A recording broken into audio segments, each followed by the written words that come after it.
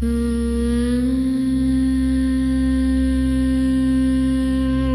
कुन्देन्दुतुषारहारधवला या शुभ्रवस्त्रावृता या वीणावरदण्डमण्डितकरा या श्वेतपद्मासना या ब्रह्माच्युतशङ्करप्रभृतिभिर्देवैः सदा वन्दिता सा मां पातु सरस्वती भगवती निःशेषजाड्यापहा। शुक्लां ब्रह्मविचारसारपरमामाद्यां जगद्व्यापिनीं वीणापुस्तकधारिणीमभयदां जाड्यान्धकारापहां हस्ते स्फटिकमालिकां विदधतीं पद्मासने संस्थितां वन्दे तां परमेश्वरीं भगवतीं बुद्धिप्रदां शारदाम्।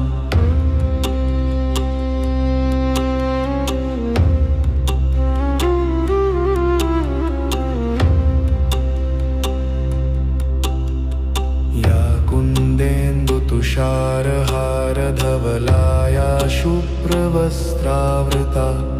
या वीणावरदण्डमण्डितकरा या श्वेतपद्मासना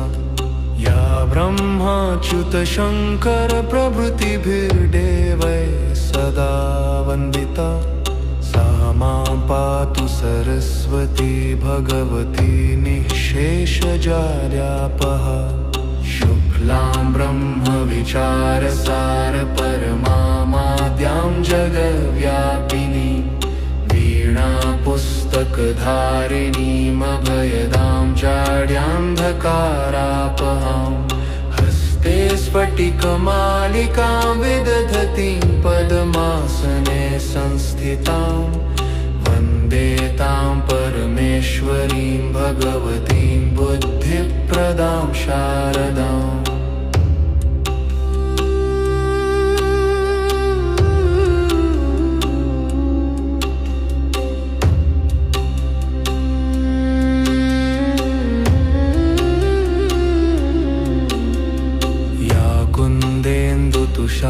तुषारहारधवला या शुभ्रवस्त्रावृता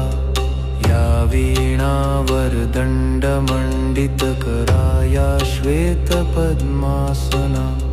या ब्रह्माच्युतशङ्करप्रभृतिभिर्देवैः सदा वन्दिता सा मां पातु सरस्वती भगवती निःशेषजाड्यापहा।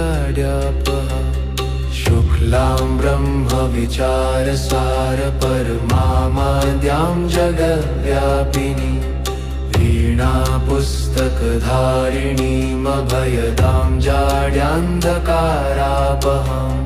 हस्ते स्फटिकमालिकां विदधतीं पद्मासने संस्थितां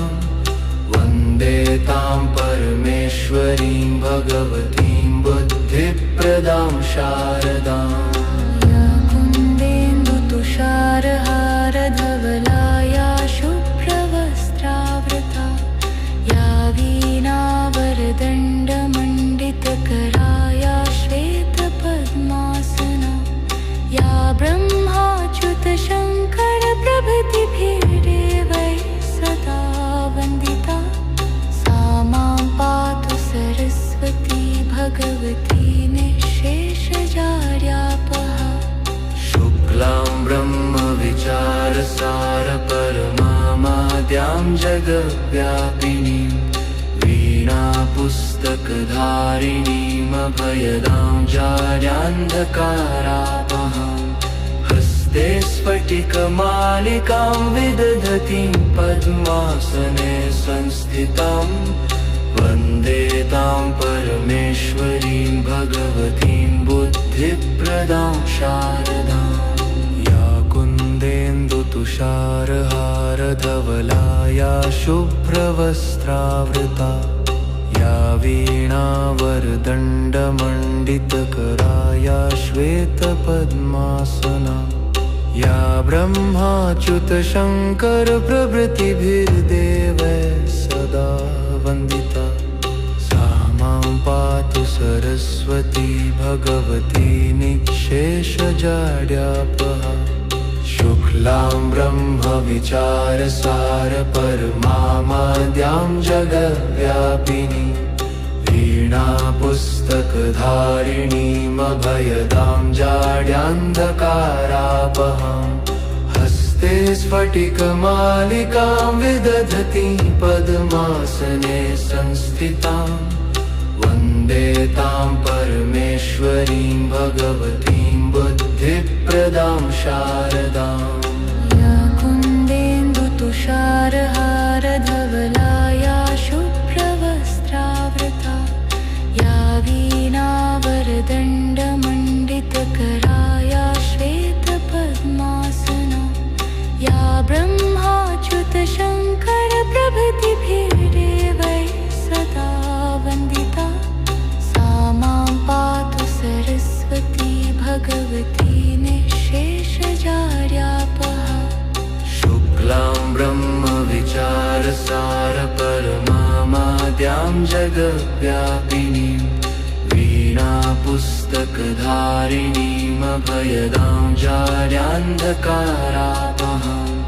हस्ते स्फटिकमालिकां विदधतीं पद्मासने संस्थितां वन्दे तां परमेश्वरीं भगवतीं बुद्धिप्रदां शारदाम् या कुन्देन्दुतुषारहारधवलाया शुभ्रवस्त्रावृता या वीणावरदण्डमण्डितकराया श्वेतपद्मासना या ब्रह्माच्युतशङ्करप्रभृतिभिर्देवैः सदा वन्दिता सा मां पातु सरस्वती भगवती निःशेषजाड्यापहा शुक्लां ब्रह्मविचारसार परमामाद्यां जगद्व्यापिनी वीणा पुस्तकधारिणीमभयदां जाड्यान्धकारापहां हस्ते स्फटिकमालिकां विदधतीं पद्मासने संस्थितां वन्दे तां परमेश्वरीं भगवतीं बुद्धिप्रदां शारदाम् या कुन्देन्दुतुषारहारधवलाया शुभ्रवस्त्रावृता या वीणावरदण्डमण्डितकराया श्वेतपद्मासना या ब्रह्माच्युतशङ्करप्रभृतिभिर्देवैः सदा वन्दिता सा मां पातु सरस्वती भगवती निःशेषजाड्यापहा शुक्लां ब्रह्मविचारसार परमामाद्यां जगद्व्यापिनीं वीणा पुस्तकधारिणीमभयदां जाड्यान्धकारापहां हस्ते स्फटिकमालिकां विदधतीं पद्मासने संस्थितां वन्दे तां परमेश्वरीं भगवतीं बुद्धिप्रदां शारदाम् या कुन्देन्दुतुषारहारधवलाया शुभ्रवस्त्रावृता या वीणावरदण्डमण्डितकराया श्वेतपद्मासना या ब्रह्माच्युतशङ्करप्रभृतिभिर्देवैः सदा वन्दिता सा मां पातु सरस्वती भगवती निःशेषजाड्यापहा शुक्लां ब्रह्मविचारसार परमामाद्यां जगद्व्यापिनी वीणा पुस्तकधारिणीमभयदां जाड्यान्धकारापहां हस्ते स्फटिकमालिकां विदधतीं पद्मासने संस्थितां वन्दे तां परमेश्वरीं भगवतीं बुद्धिप्रदां शारदाम् या कुन्देन्दुतुषारहारधवलाया शुभ्रवस्त्रावृता या वीणावरदण्डमण्डितकराया श्वेतपद्मासना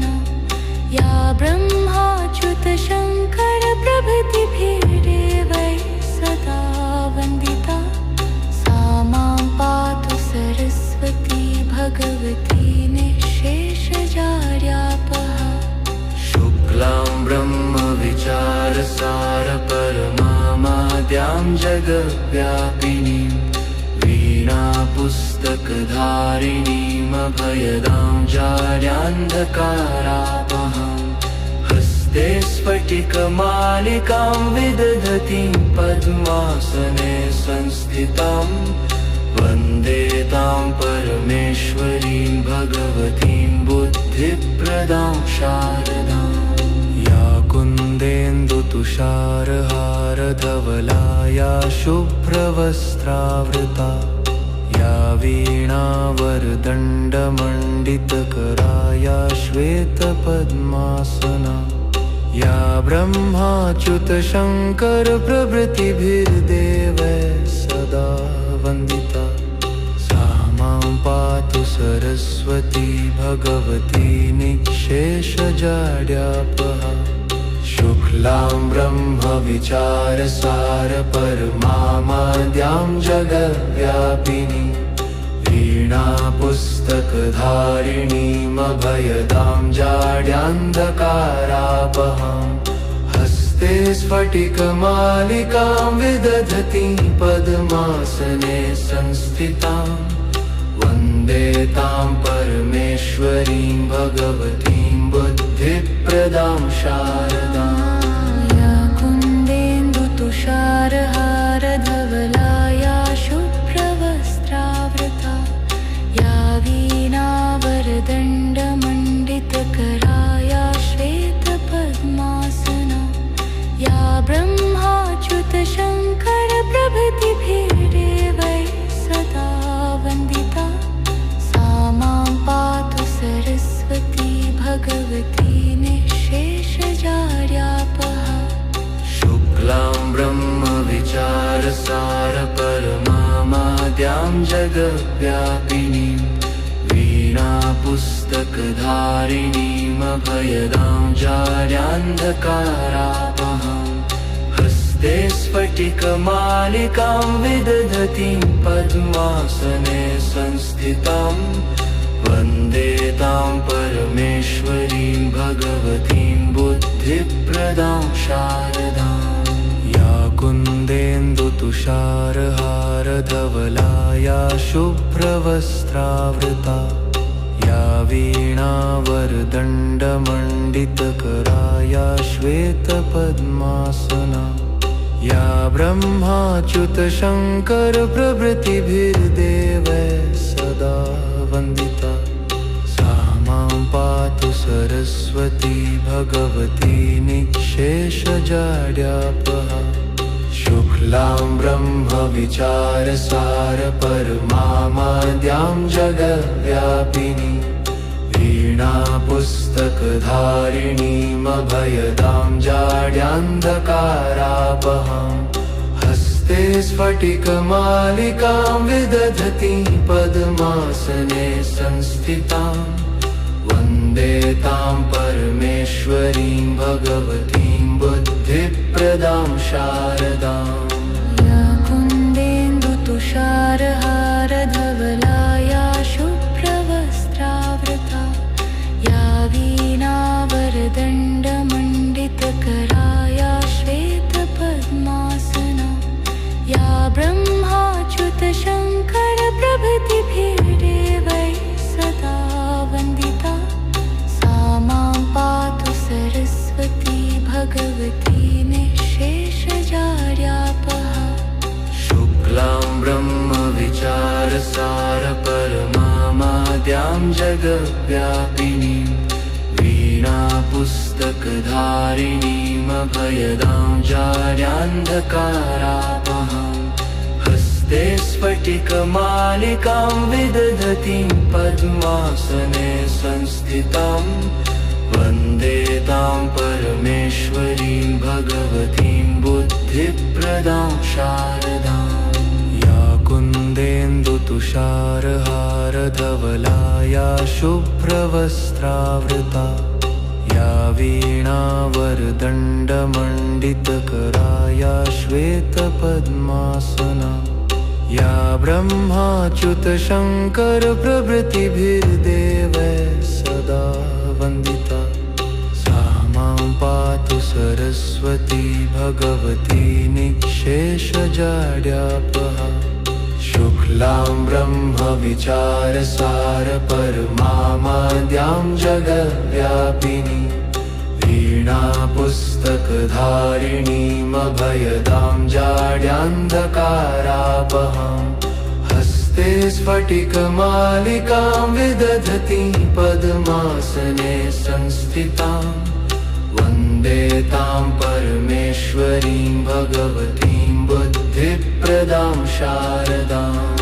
या कुन्देन्दुतुषारहारधवला या शुभ्रवस्त्रावृता या वीणावरदण्डमण्डितकरा या श्वेतपद्मासना या ब्रह्माच्युतशङ्करप्रभृतिभिर्देवैः सदा वन्दिता सा मां पातु सरस्वती भगवती निःशेषजाड्यापहा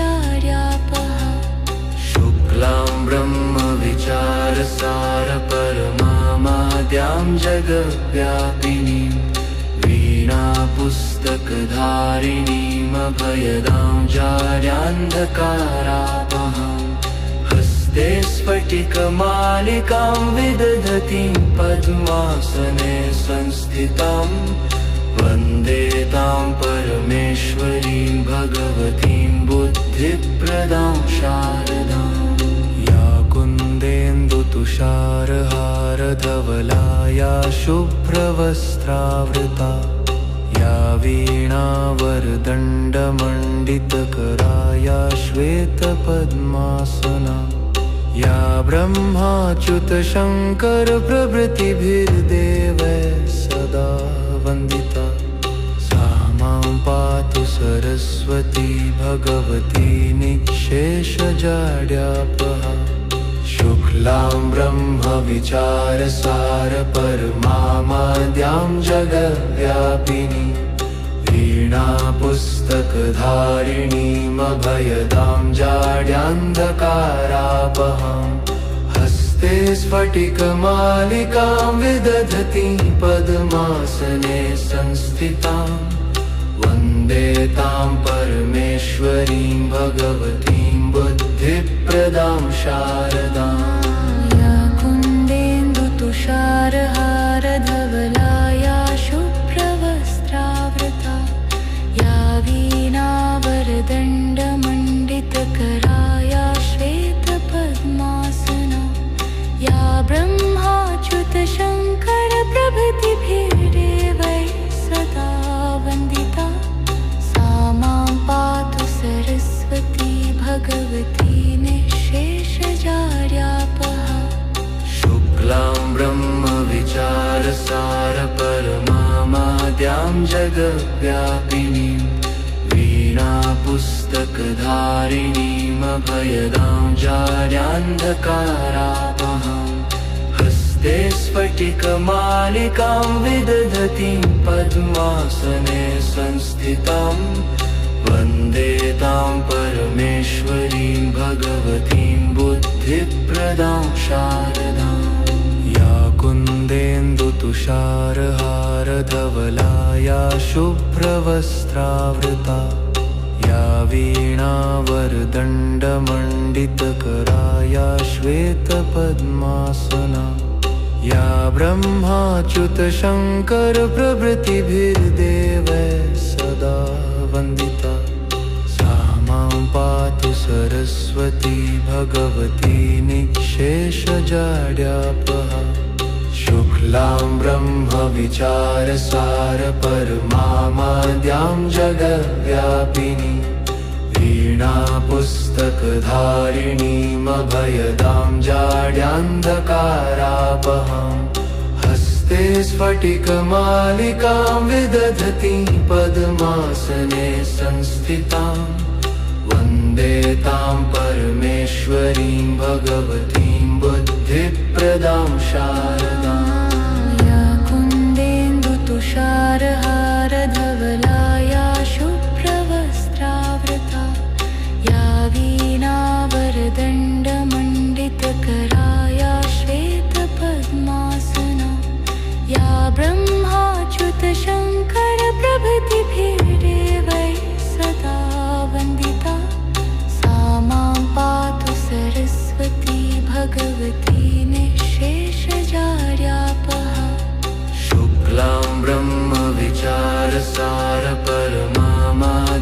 जगव्यापिनीं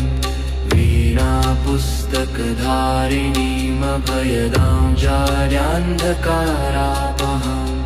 हस्ते स्फटिकमालिकां विदधतीं पद्मासने संस्थितां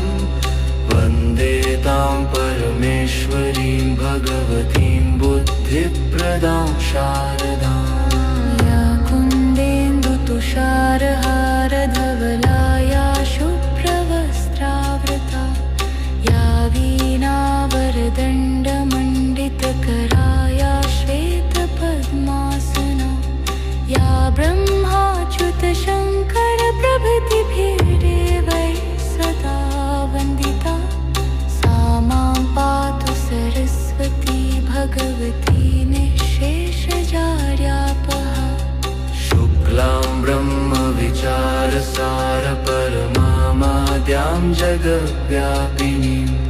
वीणापुस्तकधारिणीम् अभयदां जाड्यान्धकारापहां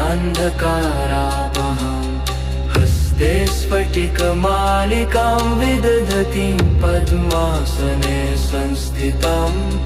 वन्दे तां परमेश्वरीं भगवतीं बुद्धिप्रदां शारदाम्